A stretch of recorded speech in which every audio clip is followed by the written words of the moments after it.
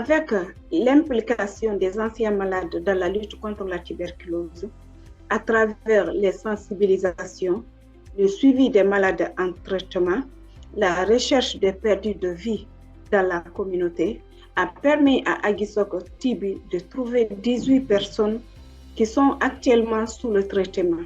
Le COT mène des activités de campagne multimaladie qui ont permis aux populations de se faire dépister contre le diabète, la tension et de faire la radio pulmonaire.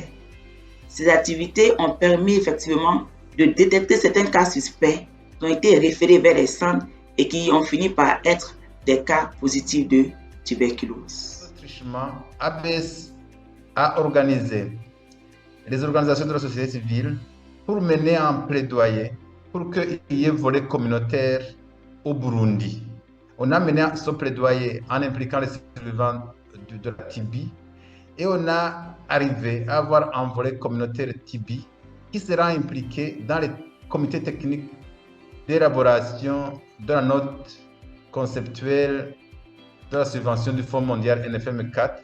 Au niveau communautaire, nos activités sont orientées autour de la sensibilisation de la population en général, autour de la détection des cas présomptifs, leur accompagnement et donc l'orientation vers les centres de traitement. Nous pouvons parler en premier lieu de la mise en place du cadre de réhabilitation multisectoriel de lutte contre la tuberculose ici au Niger.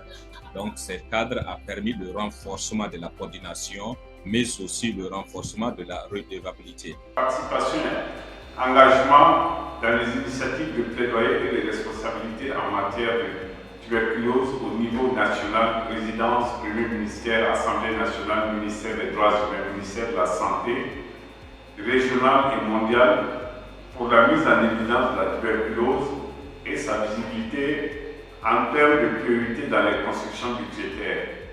Toutes ces pratiques vraiment ont permis de rehausser vraiment le taux de dépistage de la tuberculose. Et aujourd'hui, nous sommes satisfaits de ces résultats. Mais il y a encore des progrès à faire.